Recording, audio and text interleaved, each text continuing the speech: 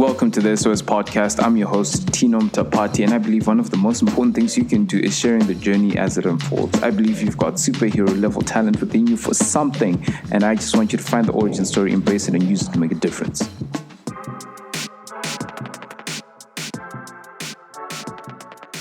Welcome back, guys, and thank you so much for tuning in. This is episode 3. I'm so excited. But before we jump into the episode, I just want to apologize in advance for the inconsistent audio quality of this episode. You know, it's not easy, especially when you're doing remote interviews. You're bound to have a few technical issues. And I did make a promise to you guys that I will be providing quality content from the onset and throughout. And this is just one of those rare moments where we had a bit of a technical issue.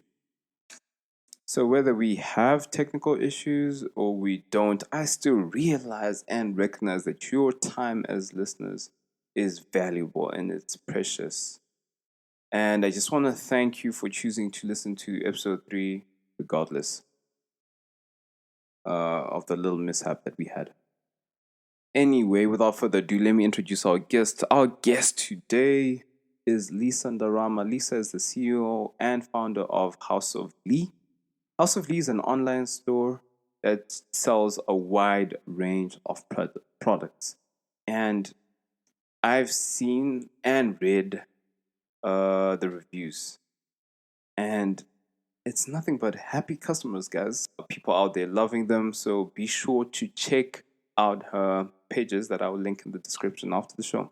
So Lisa, not only is she an entrepreneur, but she loves to cook. She's a chef, and she's currently studying international trade. How fitting for a person who's got a business, huh? So before we start, Lisa tells us about herself, she wanted me to mention one special thing before she came onto the show. She said that, it's actually the reason why she came onto the show. She said she really wants to inspire at least one person, just one person to find their footing and place in the world. When somebody comes with that level of energy and that intention just to give and to inspire, you're guaranteed that it's going to be an awesome episode. So, Lisa, welcome to the show. Why don't you tell the listeners a bit about yourself, who you are, and what you're about before we actually get to your origin story? I guess it's like I said earlier, the moment I actually realized, who am I? When you start asking, I was like, who am I? Yeah. I think that's just about everybody. Yeah, because I actually don't sit and think about it. It's so crazy. You start to realize, I actually never thought about this in my whole existence. Saka, actually, I don't know who I am. What's going on? All of a sudden.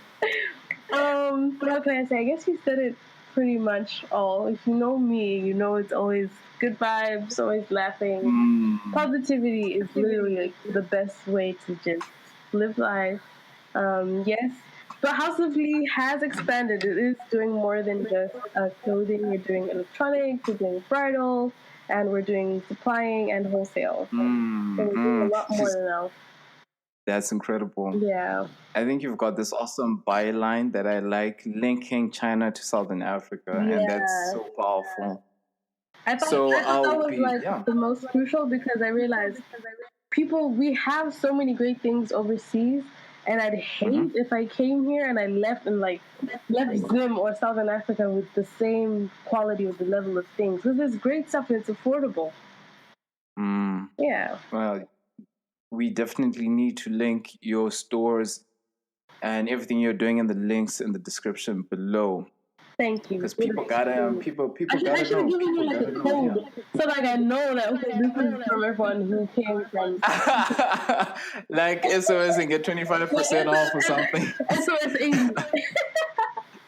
SOS 80. Oh. COVID sales, guys, 80% off. And no, definitely, that will definitely happen in the future. I'm sure. I'm also sure. I'm also positive.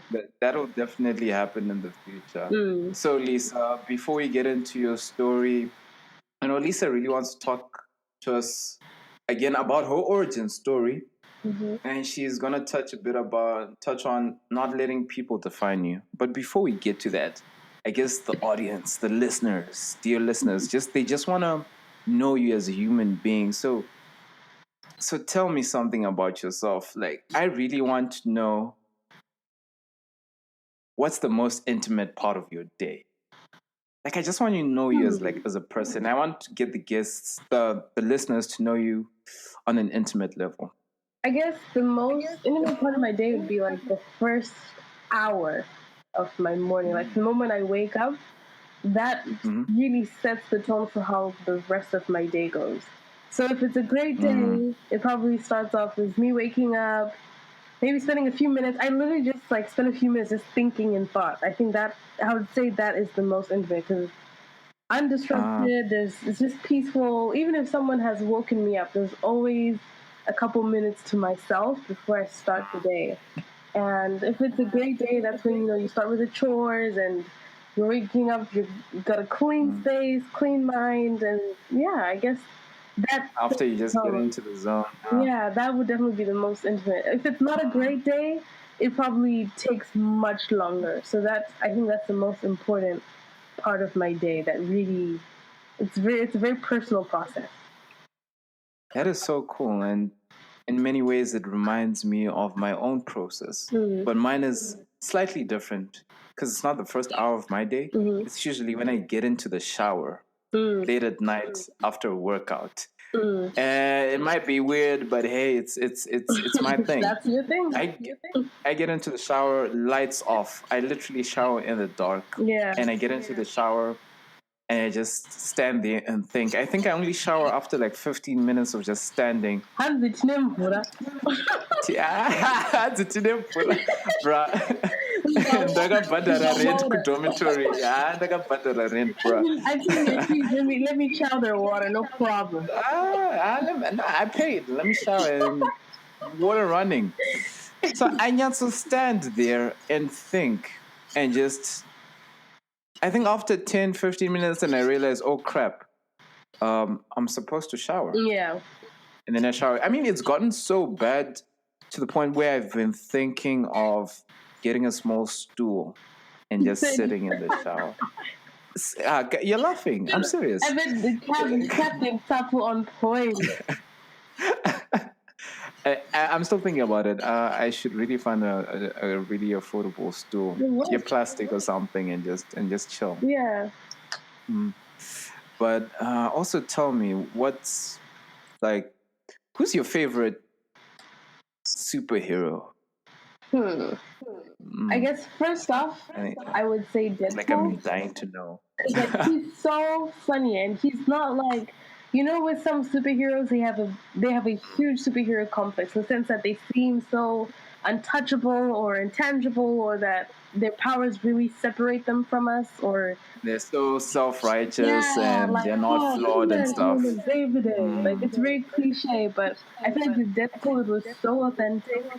The humor was relatable. It literally felt like your friend from high school, like the jokester, the clown of the class. Yeah. Your friend from high school somehow became a superhero. Exactly, and he's like, "What do I do with all these powers?" I definitely like the realistic aspect of that. And I would say Peter Parker as well. Like, Spider-Man definitely is up there as well, but Deadpool first. Wow. Yeah. Like, I love Deadpool and I love the Spider-Man story, and it's funny.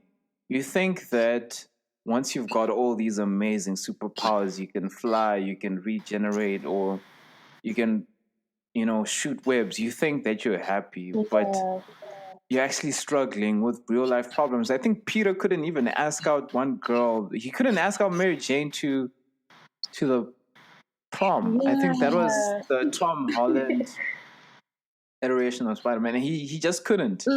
And you'd think that all these powers would give him, sky high level confidence. Yeah.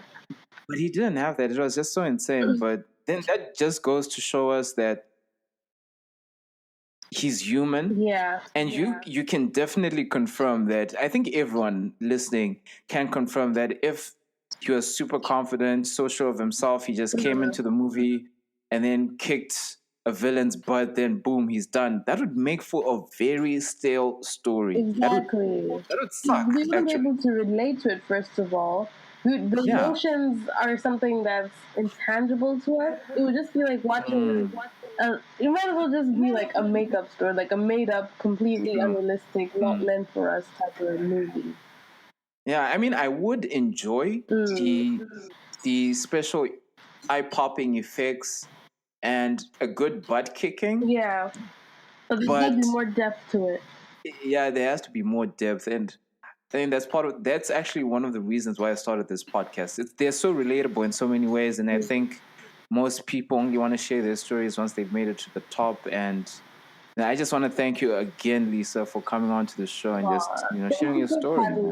I honestly feel honored because you don't really. I think every entrepreneur has that complex where it's like you still got a long way to go. So people actually think what you're doing is worthy to talk about. Yeah. I appreciate it. I think we put too much pressure on ourselves. We're not yet on that level, but I mean, Lisa, you've done amazing things. I follow all your Instagram pages, and I'm inspired. Thank you. And for those who don't know, actually, Lisa, I'm gonna let you tell the story. How did we really start talking? I think I met you at the gym. Yeah. I met you at the gym. So after in high school, and this was we're actually real gym heads because we were doing in high school before those trends. Yeah, and I've been in the gym since like forever. Yeah, so that was like 2017, 2016, I think 2017. And 67 thereabouts. Yeah, so we used to go to the gym that was right opposite your school. I don't know if I should disclose names because they're not sponsoring this podcast yet.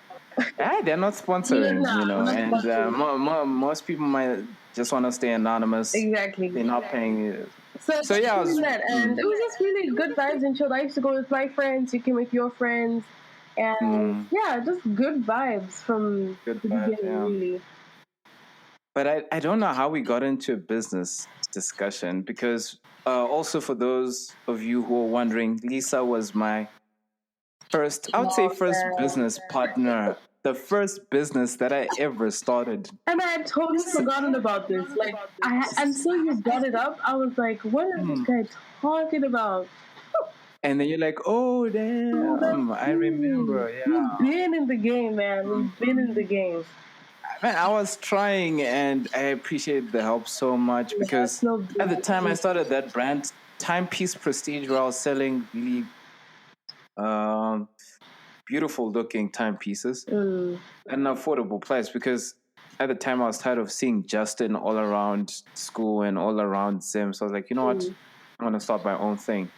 I brought them. Then I don't know how I got into the conversation with Lisa. She told me what she's doing. I'm like, oh, would you help me? And Lisa was so kind enough. She didn't know me that much at the time, but she was so down to help me.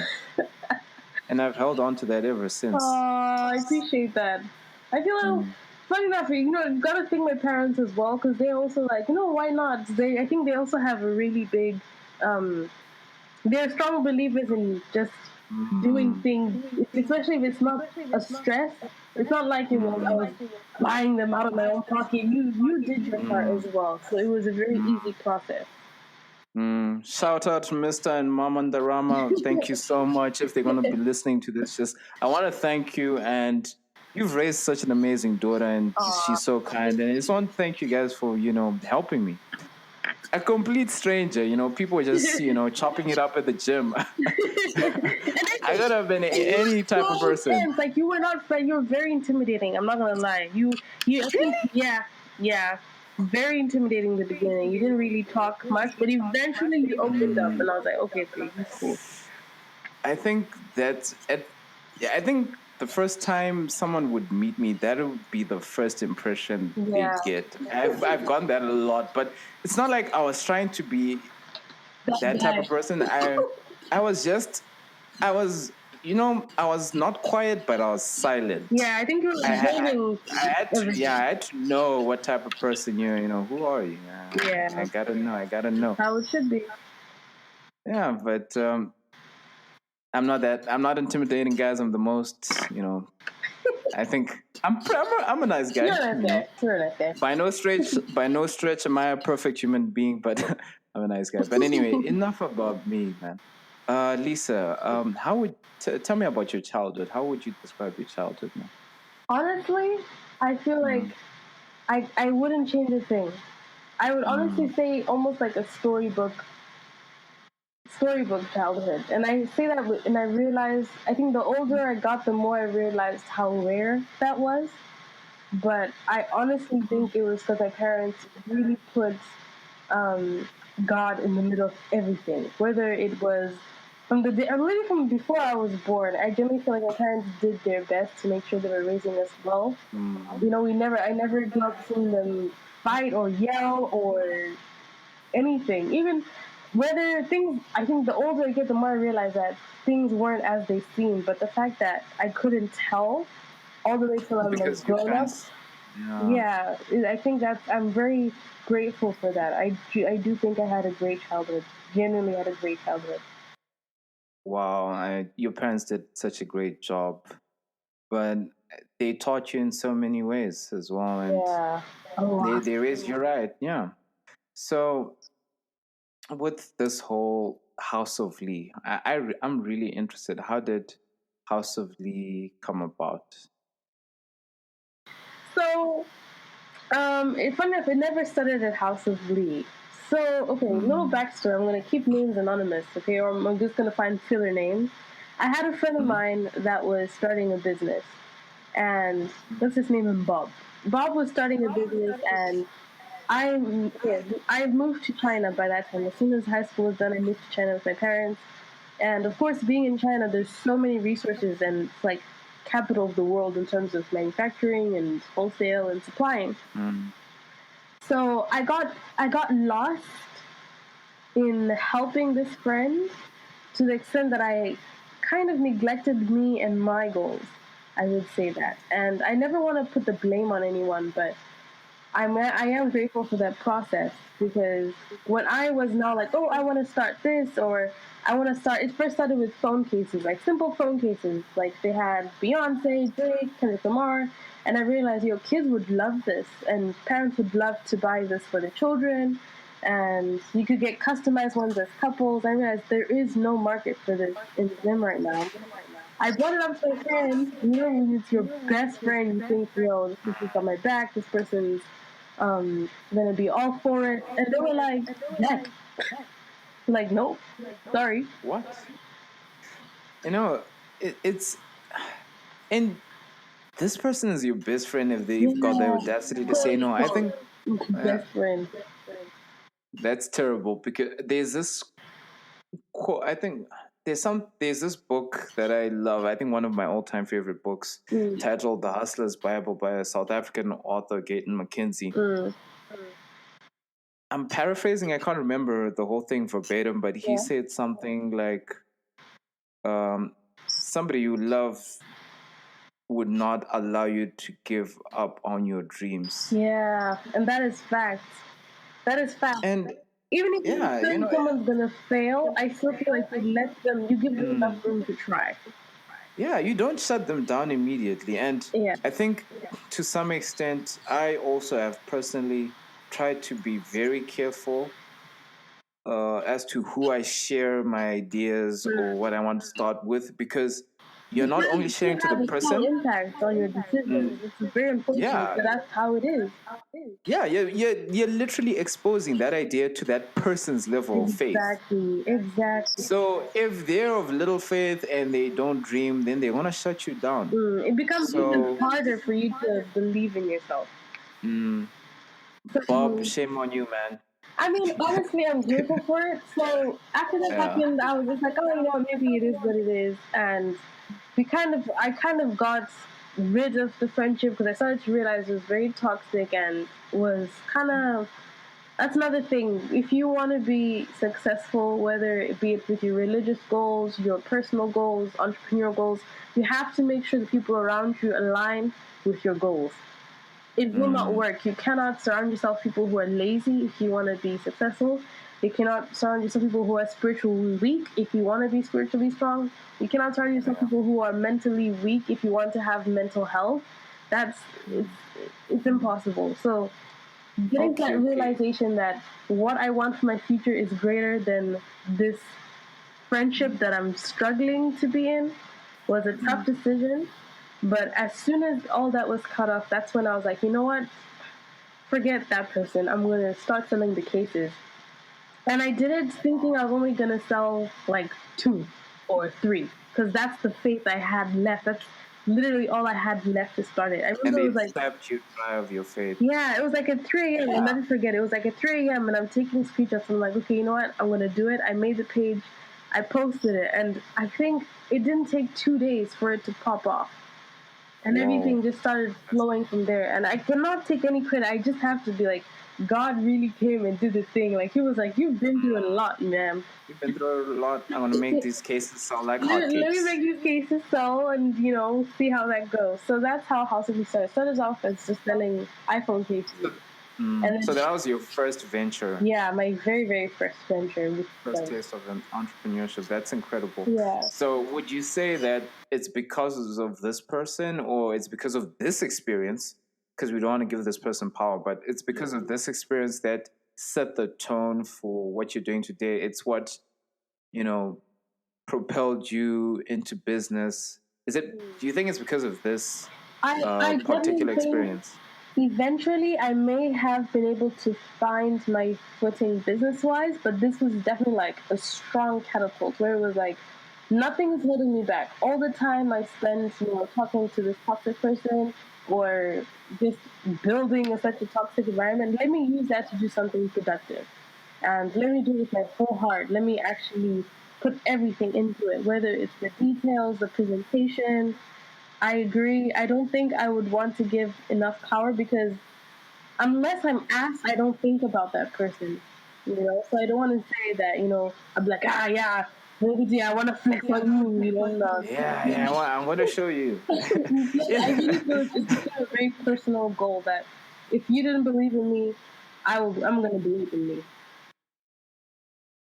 That's some powerful stuff right there. But I'm really also interested in how at the time when this person was pulling you down and literally dousing your flames, how did you manage to pull the pieces of yourself together? Like, of course, you're probably battling with, doubt, a lot of self-conflict. How did you pull yourself together and like that? I guess it goes back to the first question you asked about my childhood. When you grow up in a healthy environment, the moment something becomes so toxic, you don't want it. It goes against everything you grew up believing and seeing. So I do want to give credit that I couldn't have done it alone. It took the people around me to tell me that you deserve better. You need to work on yourself personally, and I feel that's what made it easier. Definitely, I will say that it definitely goes back to knowing yourself, getting back to the root of it, because I feel like in your friendships you get so attached, and you need to, like what I said, you need to have the right friends around you. I had friends who were spiritually strong. I had friends who were doing well for themselves, people who were humble, who were kind. Those are the kind of people that were around me. So naturally, being taken out of that, dousing of fire and being put around people who actually, I didn't tell them about my business plans, but the fact that in every other aspect it was becoming a healthy environment, it helps. That's why I say the moment you see the people around you are toxic or not great for your growth, you can't stick around. It's not gonna turn out well. This growth thing, it's it's deep on so many levels, and the power that people give to other people over their lives could really affect your life. It can change your whole world, your whole life. I've got a mentor. He said that go where you are celebrated not where and you're nourished. tolerated. Yeah, not exactly, not where you're tolerated and unfortunately diminished. Yeah. So you really need to seek out the right place. That's incredible. Yeah. And so you got into business, but when did it like really become clear to you? You're currently studying International trade. How convenient, huh? yeah, it's like in alignment with Yeah, and I feel like your I've always known personality and since your I was brand. like in Yeah. the third grade. I was like, I'm studying international trade or something to do Whoa. with foreign. It's always Mm. been so clear to me. Like I've never had a doubt. I never struggled choosing my O level subjects, what I was gonna study. I've always known that I had to do something along those lines. Mm. That is amazing. From such a young age, having that level of clarity and foresight is But don't powerful get it stuff. twisted. When I was like kindergarten, I did want to swim, but I still don't know how to swim till now. Till now. It's a process. And anything can be learned. I guess, in a sense, that's your kryptonite. Yeah. Just so I don't You feel can't like, swim. oh yeah, she's always no, nah. It's just some things are clearer than others, I guess. Okay, and so tell me, how do you deal with setbacks and defeats? Like, how do you process that, especially when it comes to business and school? I guess, yeah. I think just learning to take things, I feel like when you choose to be positive about anything, it becomes, okay, dare I say, an enjoyable experience. Not that you love problems, but if you detach yourself, instead of like, oh my god, this is it, it's over, I'm never going to recover from this, you take it as, okay, I slipped, this was a mistake, what can I do next time to avoid this? What could I have done before this? What can I do after? What kind of damage control? Because I feel like, especially if you're dealing with the business, it's a reflection of you. As much as you may try and say, it's a different brand, it's a reflection of you. And the moment you decide Whoa. to, So we're not gonna speed past that. Like you didn't say what you just said. I just wanna underscore, highlight, underline what you just said. You said a business is truly a reflection of you. yeah, Whoa. I strongly believe that. So the moment you try and drown in a problem of a business, it shows in everything you do, whether you're not making mistakes with marketing or you're making mistakes with your distribution. If you take it like, okay, it's fine, we slipped, let me see how I can make this better, and you keep moving, I feel like you don't really feel the setback as much. Mm. That's So if what you're works for always me. that type of person to, okay, go back to the drawing board. It didn't work. I go back to the drawing board. Yeah, I fix this and this. and This figure it's it out. indicative of your, who you are as a Yeah. person. Like you're always trying to fix things and Like trying to try and solve them. detach from it as much as possible. Don't take it personally like, oh my god, this is the end of it all. Take it as, okay, like for example, I've had you will deal with difficult customers and you'll deal with people that will be dissatisfied once or twice. It's not every business that people are gonna be satisfied. Do you decide, okay, let me just focus on this one person and forget everything else? You still find a way to make it right, and the next time you realize, okay, I need to avoid this by any means necessary. Don't personalize it. Even if they cuss you out, don't take it personally. Just keep going. Take the note and keep your chin up and keep going. That's honestly what's good for me. Wow. And pray. Yeah, just That's another one. You gotta yeah, pray about it. pray, You pray, can't do pray. this on your own. Instead of everything, you gotta pray. You gotta pray about it. And with you're very hardworking. You're always working on your business, working on school, working on yourself. Do you always like necessarily have to be on or in that state of, you know, hustle, hustle, hustle, gets things done? Do you always have to be on? Um, I don't think so. I think it's important to have a differentiation, to know how to put boundaries. You never want your personal life to get mixed in your business life. You never want your business life to mix in your personal life. I do agree that you should be alert and aware for opportunities all the time. You never want to be, because like entrepreneurship is a full-time job. It's not a 9 to 5. You have It's to a be ready full-time to do thing. anything. If someone is calling you for an order at 3 in the morning, you're gonna have to do it. You're gonna have to get But up. you need to also enjoy the process. There's no point working so hard if you cannot enjoy what you're working for.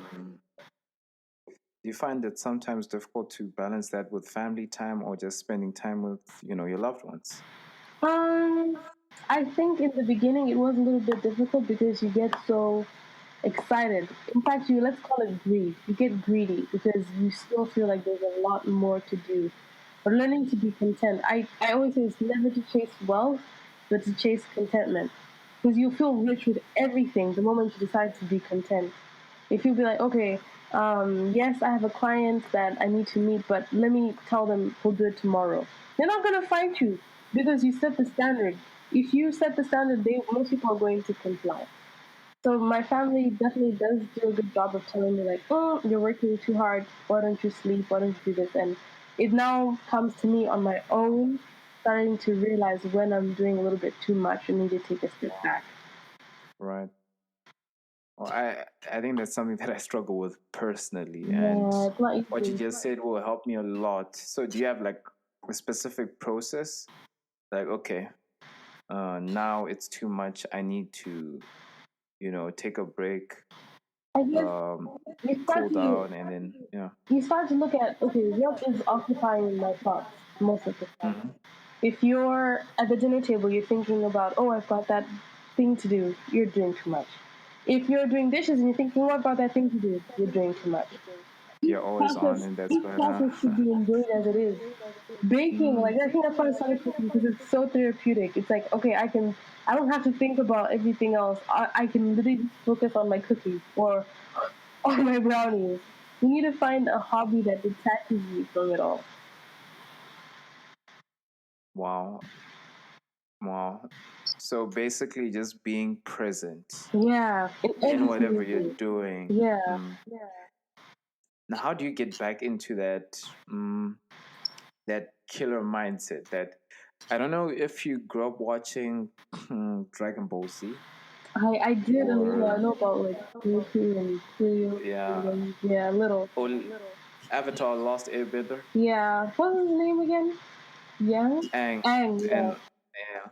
So how, like, you remember Aang had this thing where he'd go into the avatar state and boom, boom, boom, get stuff done. He Yeah. was in his like prime, and again, it's a lot more deeper than that. I take it more like a mindset thing because Kobe, may his soul rest in peace. Kobe had this Mamba mentality. Like once he goes into that, headspace, Yeah. you don't mess with him. He's in the zone. He's here to get stuff done. So, do you have like a state where you just Yes. get into? I do. And how do you get into it? I think the reason why you're doing what you're doing has to be important. First of all, you have to. It cannot be for other people. No, it cannot be for your family. It cannot be because you want money for a holiday. It has to be because you genuinely want to be self-sufficient. There'll be times where I won't tell you, but like poverty is the best is the best accelerator.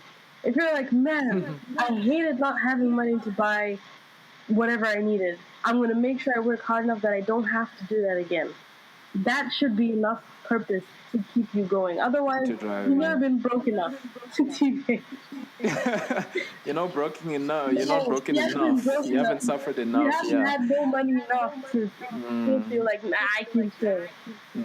They're like people of a different mindset. They ask, instead of saying it's too expensive for me, they ask, how can I afford it? Exactly. Like, what can I do to make sure, okay, next time I want it, I don't have to beg or lie or steal. That's my motivation. Just realizing that, okay, I really need something. It's not even a want. I need to get this done because I have to do this. That's my biggest purpose. Remembering your why and gets you into that mode. Yeah. Mentality. Wow. That's some powerful stuff. Sorry? What's yours? What's your why? Like your purpose driving force? my purpose. Let me start, I guess, with this podcast. I really want people to become the best version of themselves. And, it's possible to live your life as if you've got powers. And I get so excited about it because I'm like, guys, if only you knew, I'm struggling. Mm. Go through difficult times, but wanting to put something out there that can help the next person Yeah. is just so powerful. And it's such a fulfilling Yeah. type of thing. It's just indescribable, and it's so gratifying at the same time. Like, I'm gonna do this. Somebody else is gonna hear this. Somebody else is gonna get something from this, because I'm trying not to give advice, Yeah. but I'm trying to show you that I'm also perfectly flawed, and Yeah. through that, I am doing ABC. So if I can do it, then you can too. So That's I think nice. that's my thing. And if it's more about personal, let's say going to the gym, I'm like, why did I start? Why did I start? There's always a deeper why. Yeah. And I always try to remember that, of course, there are days where I'm not always, in the best of mood, but you have to remember, like you said, and you clarified so well, you have to remember your why. Yeah. It's important.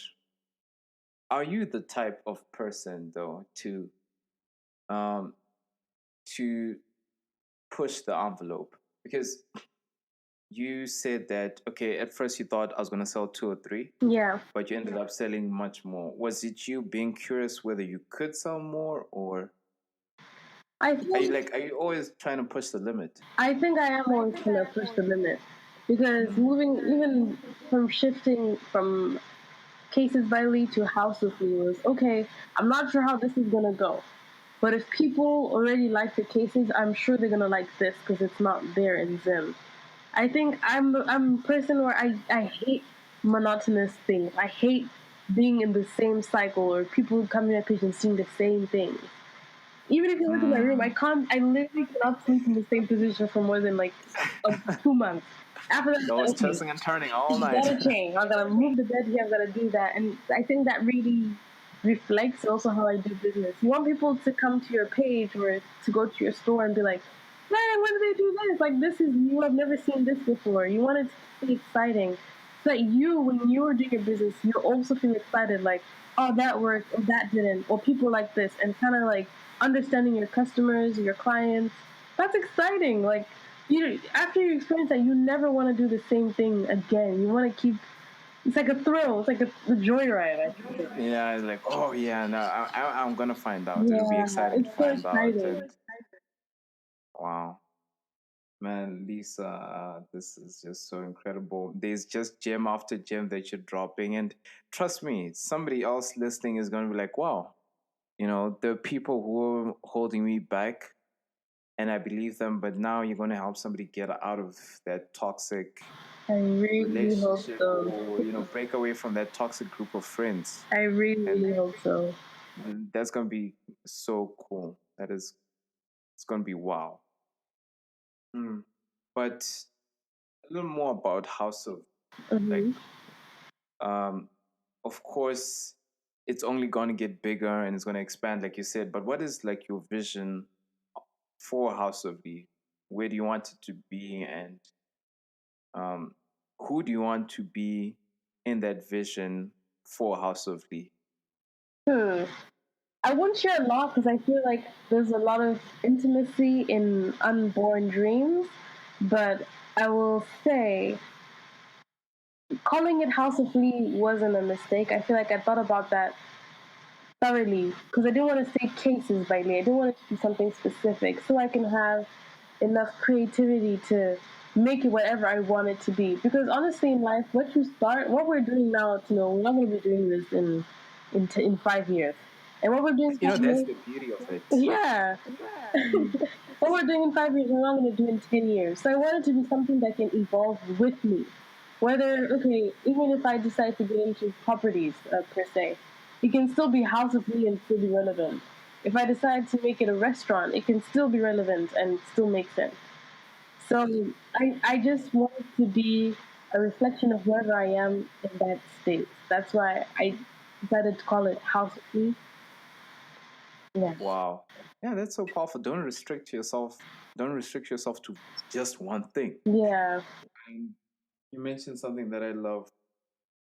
I think that's worth repeating, that it's always changing and evolving. And personally, I think that's the beauty of life. That's the beauty of purpose, because something that you're doing now might not be the same thing that you're doing 5 years from now. Like you Yeah. said, 10 years now. It's always constantly changing and evolving, and that's exciting. Yeah, because that's why people make goals. Like you don't make a goal so you're like, I'll do it when I'm 80. You want to do it as quickly as possible to get to the next one. Yeah, like okay, then what's next? Yeah. It's just never one thing. I think even many successful people are like, okay, I thought I was supposed to do this, but I ended up doing this. Exactly. That is, and that's a And beautiful learning to thing. be adaptive as well. Like you cannot be so hard set on one thing. That's the moment you do that, you're gonna be crying all the time. Yeah, I mean, as a person, it's you're allowed to explore. You've got many interests. Yeah. You owe it to yourself to explore all those avenues, scratch that itch. Exactly. So before we wrap this up, this was so amazing. I just want you to tell, the listeners out there, your favorite lyrics. My favorite lyrics, as in from a song? Yeah, from a song, because I feel people have got like music that really like sets them on fire. Yeah.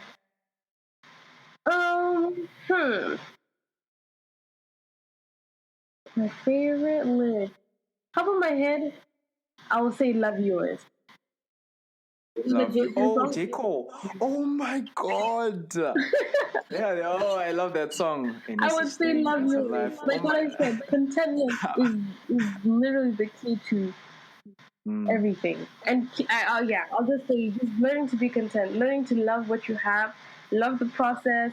Don't compare it to anybody else because you don't know what's going on behind the scenes. Love the process you're in. Love the situation you're in. You gotta love it all: the good, the bad, the great, the ugly, the profits, the losses, everything.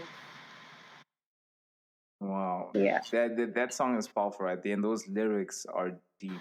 These lyrics are like, I could put them on the wall. TBA. Thank you.